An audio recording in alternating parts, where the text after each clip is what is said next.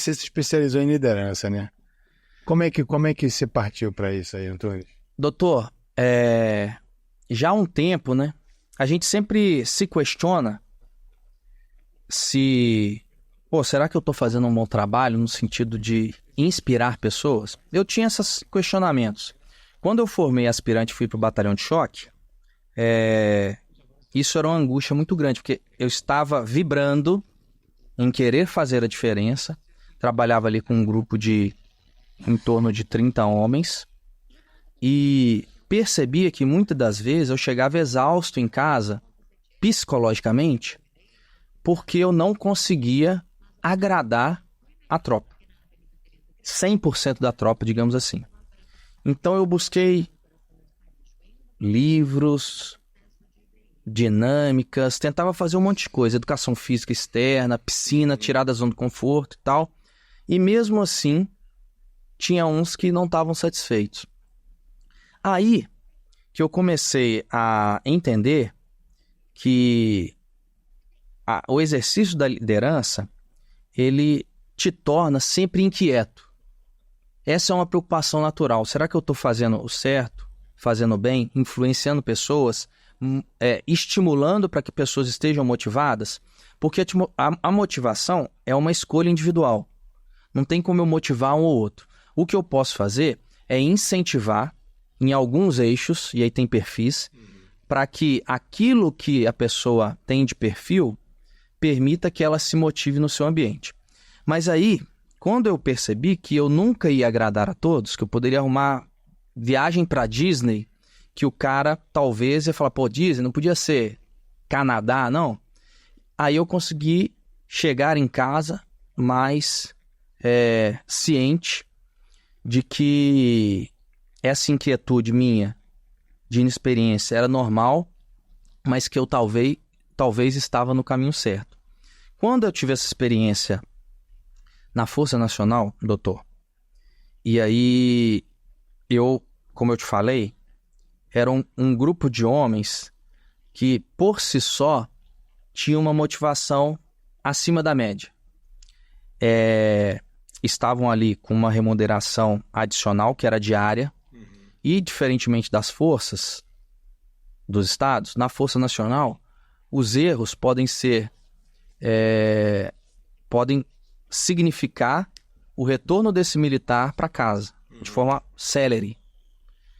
Então, cada um tinha as suas motivações ali, os seus anseios, mas era uma tropa bem motivada. E eu, mesmo assim, me questionava, pô, tô no caminho certo, tô fazendo certo, eu tô influenciando essas pessoas, porque assim, a diferença de chefe e líder, eu não queria usar das minhas prerrogativas como militar para fazer com que alguém fizesse aquilo que eram as determinações.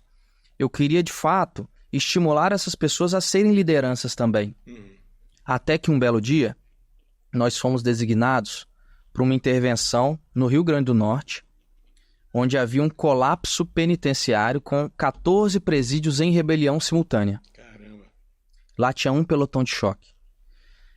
Recebi uma ligação por volta de 8 horas da noite falando: seu pelotão tem de condições de deslocar para o Rio Grande do Norte? Falei, sim, senhor. Pô, tava doido para esse momento chegar. O que está acontecendo? Rebelião simultânea nos presídios lá. Tem 12 a 14 rebeliões já em simultâneo. Rebelião assim, de arrancar todas as grades, sim, presos todos soltos.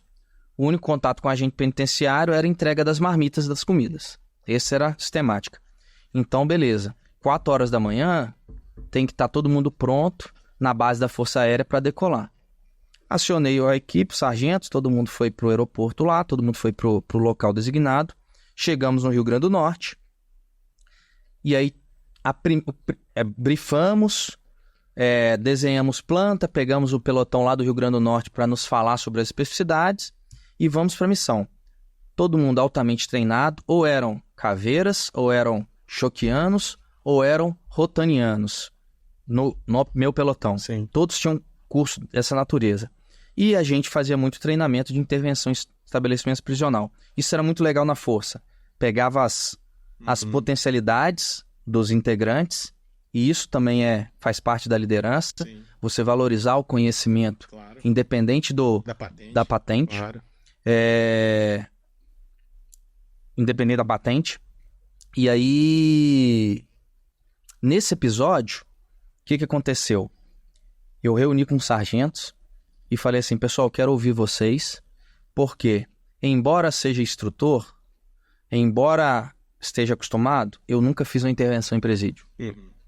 Trabalhei já há muitos anos em Minas, toda vez que esbocei deslocar para um presídio, resolvia antes de chegar ou resolvia com os agentes penitenciários à época, hoje Polícia Penal.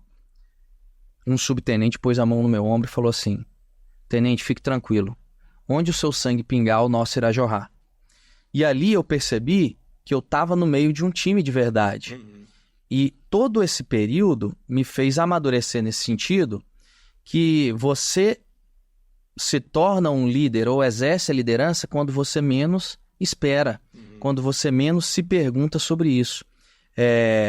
E aí, passados seus anos, né, eu venho levando esse tipo de insight, né, esse tipo essas estratégias que eu vivenciei muito no âmbito de forças especiais para o ambiente de empresas. Então, vira e mexe, ministro treinamento em empresas para líderes, saindo da liderança tradicional, da gestão de pessoas, de frases de efeito, para a liderança prática, né? Pela força do exemplo, onde o combatente, o líder de combate, né, é o primeiro a pisar no campo de batalha e o último a tirar o pé, onde, de fato, a influência das pessoas são pelas suas ações. E aí o grande barato disso as pessoas performam não baseado naquilo que o líder prescreve, determina ou diz, mas sim naquilo que ele tolera. Se ele tolera comportamentos medianos, medíocres, a equipe vai tomar isso como base. Então o líder tem que ser o exemplo e não ter medo também de cortar o mal pela raiz, porque ninguém quer um líder fofo e nem um carrasco. É o líder pelo exemplo. Sim. Então, é muito nessa linha aí.